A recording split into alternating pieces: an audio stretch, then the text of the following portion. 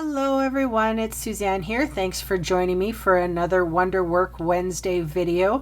Instead of an art piece today, we're going to be doing something a little different. As you may or may not know, I have just hit 1,000 YouTube subscribers and I had a big giveaway, and one of the criteria in order to enter your name into the giveaway was to ask me a question. So here I am today. I'm going to be answering the questions the best way I can. So I appreciate everybody who did enter, and unfortunately I could only give one winner for the crafters and one winner for the demonstrators. So but you know, there might be more giveaways to come, so I appreciate and I really wish that I could give everybody something. It's just not in my budget. But anyway, I hope you stay tuned and hang out with us and watch the vid today. Thanks so much. Okay, so now on to the questions. I have Mary Grace, who asks, I enjoy all the boxes that you make. Have you ever made any note card box or stationery boxes to fit all the cards? Yes. You can check my playlists and look for some of them. And if not, if they're not on there, good grief. It's maybe something that I should look into, hey? Laura Escalara. Oh my, I just butchered your last name. I'm so sorry, Laura. How did you decide that crafting would be your way of life, your authentic profession? Good question. And it's very sort of ethereal, really. I think it decided for me. I did some blogging and crafting beforehand. I've been crafting all my life, artistically speaking. And yeah, I did blogging before, so it just sort of went kind of together. And when I happened upon card making, paper crafting, it just clicked. So I think you probably understand. It's not necessarily my authentic profession though, because I definitely enjoy being a hairstylist and I love working with my clients, and I love my job. So it's hard to say that that would be a profession. Yeah, I have a really good life. Okay, Megan Green says, I want to know more about crafting and card making. Not really a question. I still entered you in, obviously. But what I would suggest, if you're wanting to learn more about paper crafting, head to my playlists. They're there.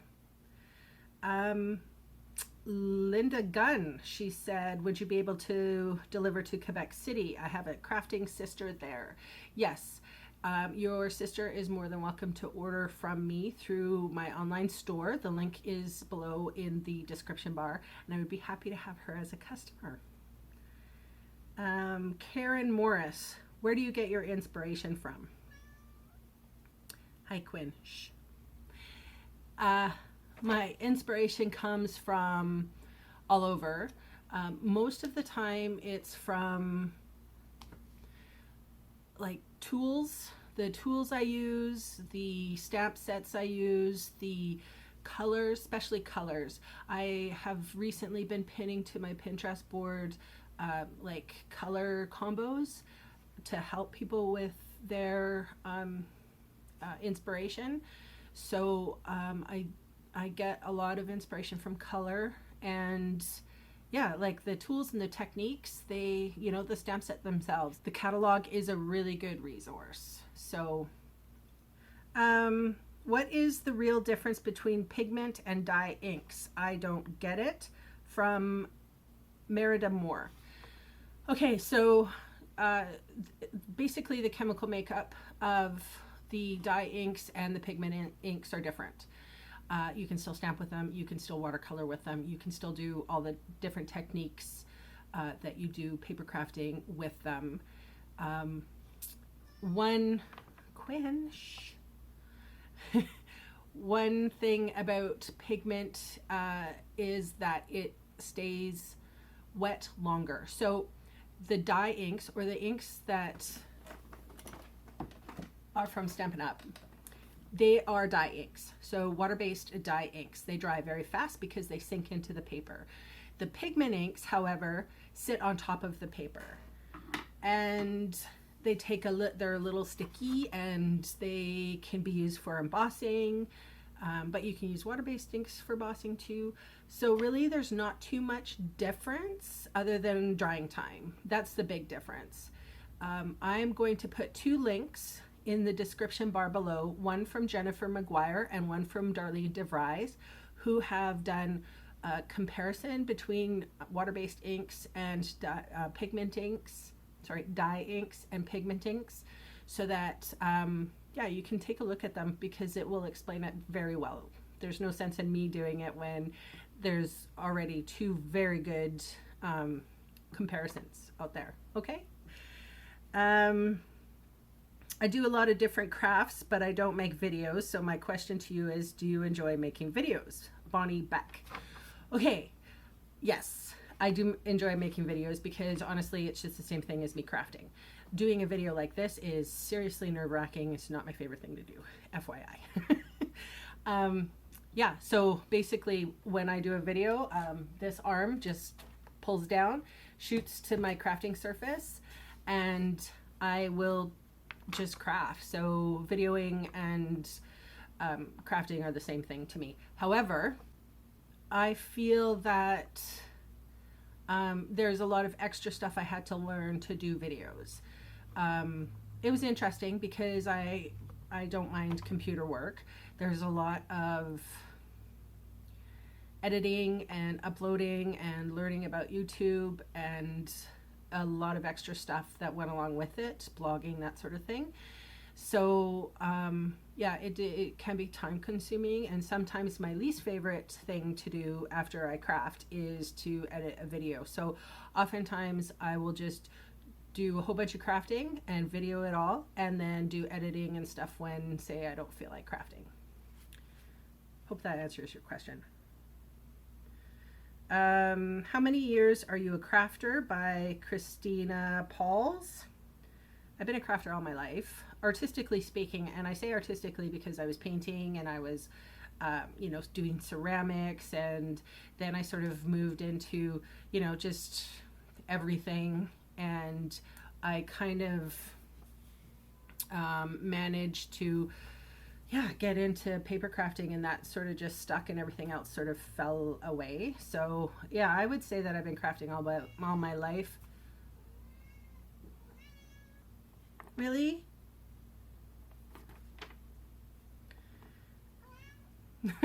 So I hope that answers your question. What is your favorite card to make? Birthdays, anniversaries, etc. By Christy Scott. She's one of my clients. Thanks for your question, Christy. I think birthdays and thank yous are my favorite. Cindy Marshall asks, I just got some photopolymer stamps of some flowers and the ink stained them really bad. Is there any way that will clean off? Or is most of that permanent? Yeah, it's permanent. One of the big tips that I can give you is to maybe not use your Stampin' scrubber, to use the, what's it called, absorber cloth. I find that when you rub against your Stampin' scrubber, all the other inks and stuff really stain the whole entire stamp. But if you are using a photopolymer stamp and you, you know, sort of squash it in or wipe it down with the absorber cloth, it tends to not stain as much. However, in saying that, photopolymer stamps, it's just the nature of them. If it's a good quality photopolymer stamp, it will stain, and you can still see through it just fine. So it's not going to ruin the stamp at all. One other tip about that is that sometimes, say if you wanted to use a red ink, what you can do is stamp with a pink ink first, like a very light pink, and then put the red on. I don't know why, but it doesn't stain as much. So red seems to stain a lot. Also, try not to use your StazOn, because you can't use StazOn cleaner with your photopolymer stamps. So, but you can use alcohol wipes. So you might, but yeah, it's pretty much permanent on there. Where do you get your inspiration from? You make lovely cards and boxes. Kathy Thomas. Thank you, Kathy. I think I kind of explained where I get my inspiration from. I don't really do too much of the Pinterest thing. I try to, if I come across a really cool box or something like that, then absolutely I will, I break it apart and I make it mine. Love your projects. Do you prefer cards or boxes? By Barbara. I like them both. I originally did not film my cards that I made when I first started videoing because I felt like I just goofed up too much, and that was sort of before I knew how to really edit stuff. And then, as I progressed, a year later, I was able to edit and make the card videos quite short. The upload time on a video is like crazy. It takes hours sometimes to upload a 12-minute video. So it's I like to keep the card videos short and the upload time is less. But yeah, I also like being quite live when I do my own boxes videos because you can see in real time and craft with me. So I think that's helpful. But yeah, I like both. How to Clean Sticky Scissors by Myrna. Myrna is one of my good friends, clients, and customers through Stampin'. So I'm going to just insert here what I do to clean off my sticky scissors. Okay, this is 2 examples of sticky scissors. So you can see that there's gunk on the inside and even here as well. It doesn't bother me too much. So this is just a little bottle of baby oil. Baby oil, I'm not joking. So I'm just taking a nail pad, cosmetic pad they're called. I use them for removing nail polish and that. And I am rubbing on my blade. And this is me cleaning. So a little bit goes a long way. You don't need a lot. And be careful when you're using the big scissors. These are so sharp. Well, they're both really sharp.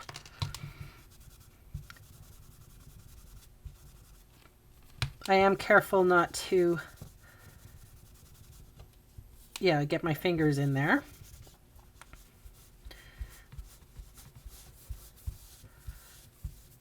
All right.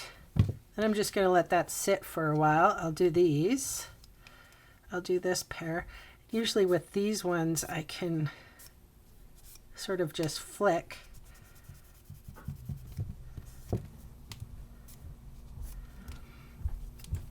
So I don't know what it is about baby oil, but it tends to, it like breaks down the gum, but it's not 100% clean. So after the baby oil is done, I get these like little health alcohol swabs, and it's just a little, it's tiny, so do be careful. And I wipe off the excess oil. It's not bad to oil your scissors, you just don't want oil on your projects, obviously. So, and what that's going to do is remove not only the oil, but any more of that residue. And if you do, like as a hairdresser, I have a tendency to, we do have to tidy and clean our shears, scissors all the time. So it's one thing, like oil is actually really good for the joint of a scissor. It's not going to hurt it, that's for sure. But you don't want to have any of that residue on there, or it can make your papers greasy. And then that's it. This is just a baby wipe. I'm taking off the rest. Just wiping off the alcohol now. But if you cut yourself at this point, at least you know that your blade is super duper clean. And do it with this one as well. And that's how I clean my tools. I don't know if you can see how shiny and clean that is now, hey? There's no goop. Whoops. No goop. And then, you know, you don't want, I would just dry them off and make sure that they are perfectly dry before you put them away. And I do this probably once a week. It's maintaining your tools. This is retired now, these pair of scissors. But I have seen them in Michael's at the ribbon, the cloth area. So yeah, you still be able to find them. These are amazing, these scissors. Okay, hopefully that answers your question, Myrna. How to stamp without sponges, BJXM. So clean your fingers constantly. It's from your fingers, the smudges. And also when you're dealing with a Stampin' Up! Ink pad, you have to touch it a lot. You have to push it, you have to flip it, you have to push it back, and you can get ink on your fingers. So before you start crafting, open your ink pads, leave them open, do your project, do not close them halfway through. If you have re-inkers, you can re-ink your ink pads if they dry out. They're not going to dry out within an hour. So once you've, you know, done your technique or your stamping or whatever and finished your project, then close up your ink pads, because that's where most of the time you're going to get your smudges. So just clean hands, and hopefully that little tip helps. Do you use a planner to keep track of your busy schedule? By Mary McIntyre. Yes. This is my life right here. It's not too thick. It is an Erin Condren life planner. It works really well for me. I have 3 portions of my life in here. I have my stamping, I have my work, like my job, and then my personal life. So this has been fantastic, and it's probably one of, yeah, I found it a couple years ago, and it saved my life. It has reduced a lot of paperwork that I have going on my desk, which meant more room for crafting stuff. I keep all my bills in here, passwords, everything. Like this is my life. If I lost this, I would be up, you know, that creek. And because you asked about it, I'm going to put a link in the description bar below where you can actually get $10 off if you wanted to purchase one of these Erin Condren Life Planners. And do be aware that you have to sign up first, you know, with just some basic information before you actually can redeem your $10. So it's something to, you know, they're not going to email you you know, they're not going to share your information. In other words, they might email you, but you can always probably opt out for that.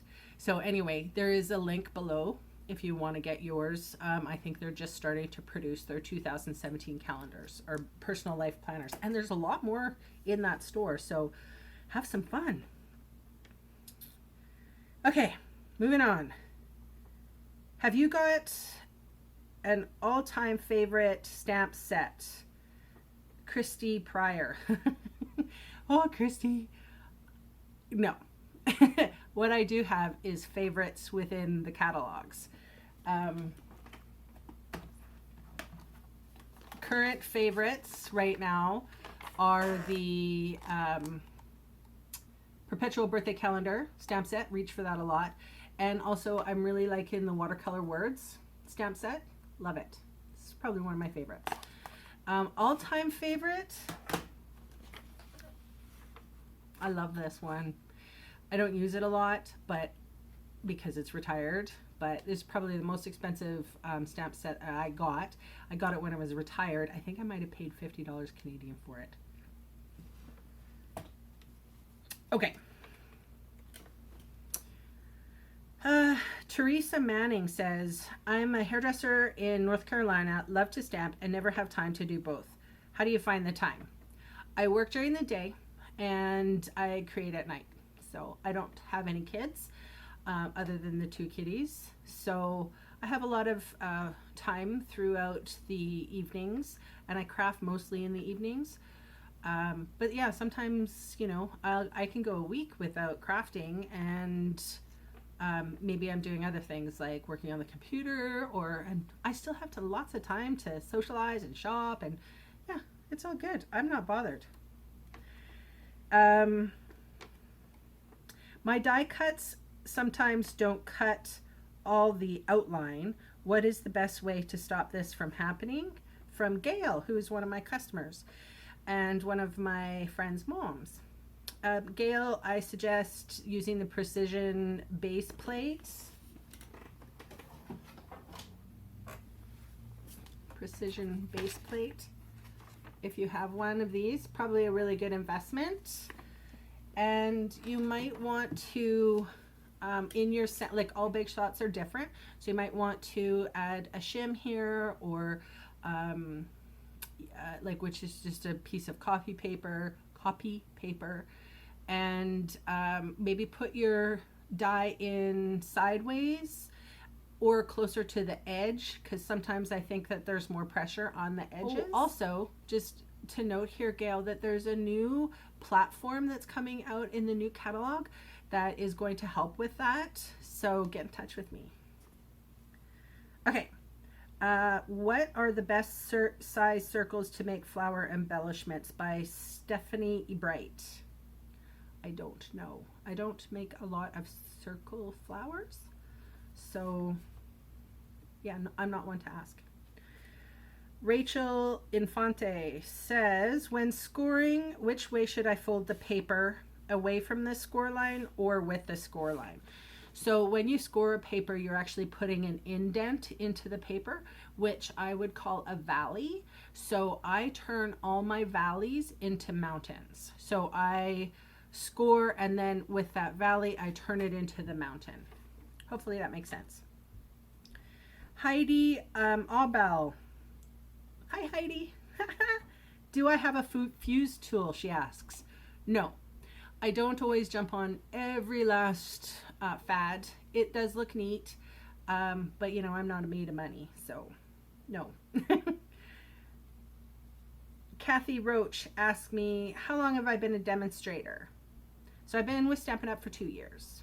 I just celebrated my 2nd anniversary when Celebration hit. Kate asks, how long have I been making cards? So I would say about a year before that I started making cards, so about 3 years. Maybe 4. Carrie Milheim asks, is it hard to scrapbook? I don't know. I've never scrapbooked. I've done digital scrapbooking, but I have never scrapbooked in, like, because I have nothing to scrapbook about. Most people scrapbook about their families or kids or this and that. I have a project life, but just about myself. And it's, you know, I don't want to show it because it's just all pictures of me and the cats. Anyway. Barbara Watkins. Hi, Barbara. What can bring you out of crafter's block? Okay, really good question. I don't get crafter's block when I deal with cards and paper crafting. It's the truth. I don't. I get blocks when it comes to mixed media because there's so much involved with it. Sometimes it can be daunting. There's so many different techniques out there, and yeah, I have to find so many different components to go along together. So sometimes I get crafter's block when it comes to mixed media projects, just because they're so long. You know, you've got drying time and inking time, and then, you know, layer upon layer upon layer upon layer, and that's what mixed media is all about. And so I actually get more blocked in that regard. So one of the big things that well, I think Picasso said it best, inspiration finds us, but it has to find us working. So for an average crafter, I would say start with your catalog, find the stamp set that you own, look for some of the pictures in that stamp set, in the catalog, and just create that one. And then I would suggest, and you'll get an idea coming from that and say, oh, maybe I could do this differently and do that differently. And then you're on a roll. It gets you started. You have to be creating and working. One of the other things that I thought about was Pinterest. And I'm not saying go out and search Pinterest. I'm saying look at the pins that you have pinned. You probably have hundreds of them. I just went through my Pinterest board, and you go through and you look at everything that you want to create, and then you kind of go, oh, well, that's not my style anymore. So maybe clean out your Pinterest board and get ideas from there. Aside from that, there's three things that give me inspiration, which is the tools and techniques, which are like stamps and, watercoloring, and, and if there's a purpose, like if I have to make a birthday card, that's how, I sort of get moving on it. So I hope that answers your question. Karen S. asked me, what is the best tool to use for die cutting and embossing? Hi, Karen. Okay, I have two. I have the Big Shot and I have the Vagabond, and both do embossing and die cutting and all of those wonderful things. They're all both very different. So the Big Shot, first of all, you can use it without power. You don't need power to use it. And also too, sometimes you actually have control where you can feel as you're cranking it through. You can actually feel, if your sandwich is too big or too little. With the Vagabond, so you can't, because it's just automated and you push a button and it goes through, right?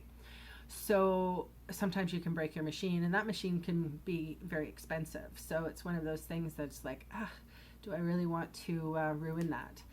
I use for most of the time, my Vagabond is set up, on, just over here, and I use it a lot, and it's because the big shot to me is I have to put it up on the desk and take it off the desk, and it to me is a little bit more cumbersome.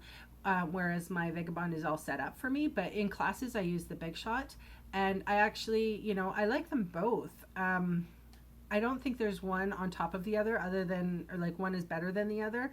I think if you like the automated and you're going to make a ton of die cuts, maybe the Vagabond is better for you. The price point is 3 times as high as the actual Big Shot, so, if you craft on a budget. I got it on special. My Vagabond, I got it on special, I think, through Amazon, and I actually had it sent to the States, and then I actually drove down and picked it up and then came back because Canada Post sucks. Okay, hopefully I answered your question, Karen. Carla Risk asks, and Carla's one of my clients and friends. Hi, Carla. What's new in 2016 for Stampin' Up? So, the new thing is the catalog. One of the things that I'm looking forward to is the ombre inks. I can't wait to play with them. There's 3 different colors. Also, there is going to be these long adhesive, double thickness adhesive strips for shaker cards, and I like shaker cards. So those are going to be 2 very new things for us. And of course, there's lots others. So, okay, so Fiona Van Buren asks, Stampin' Up! Inks are without a doubt the juiciest inks I've ever used. But can you tell me how to use them without getting ink everywhere, please? Yes. When you first get your ink pad, hopefully you'll get re-inkers as well. And I do suggest that you do get re-inkers so that you could do techniques. But yes, they fill these foam pads up and they're quite juicy when you first get them. So what I suggest doing is taking the ink and or opening your freshly new ink pad, and you can just smash it on a piece of paper, maybe 4 or 5 times, getting some of the extra ink out of it. That's a really good way. You can always re-ink. It's not too much of a waste. I mean, it's a little bit of a waste, but if you're talking about getting it all over your block and everything, yeah, it can be, you can see it almost beat up on some of the projects. So I would take a just copy paper and take the ink pad to it and smash it down a couple, 5 times and remove some of that ink. Secondly, what I suggest to do, these are different than linen pads. These are foam pads, so a very gentle touch. Tap, tap, tap. Only very little tap. Yeah, and hopefully that answers your question. And Janet asks, what's my favorite technique to do? And I really thought about this question because it's a really good question. I like a lot of techniques. I like the smooshing technique. I like watercoloring technique. I just like stamping. I like using the blender pens. I like using the markers. I like it all. So I thought, well, if I can't answer that concisely enough, what I could do is tell you what techniques I don't like. And I'm not really one for those fancy fold cards. You know, the ones that, you know, open funkily, or, you know, there's cards out there where it never ends and you just keep on turning it and stuff. And it's really interesting, but it's not for me. And you probably won't ever see me do a fancy fold card. And also probably punch art is another one that I won't necessarily delve into very much. It's just not my thing. So anyway, thanks for sticking with me, and I hope I've answered a lot of the questions. It was really fun, actually. You guys asked really good questions. So yeah, thanks so much. I will see you next time with a video, and you won't have to look at this face. Take care, everyone. Thanks for playing.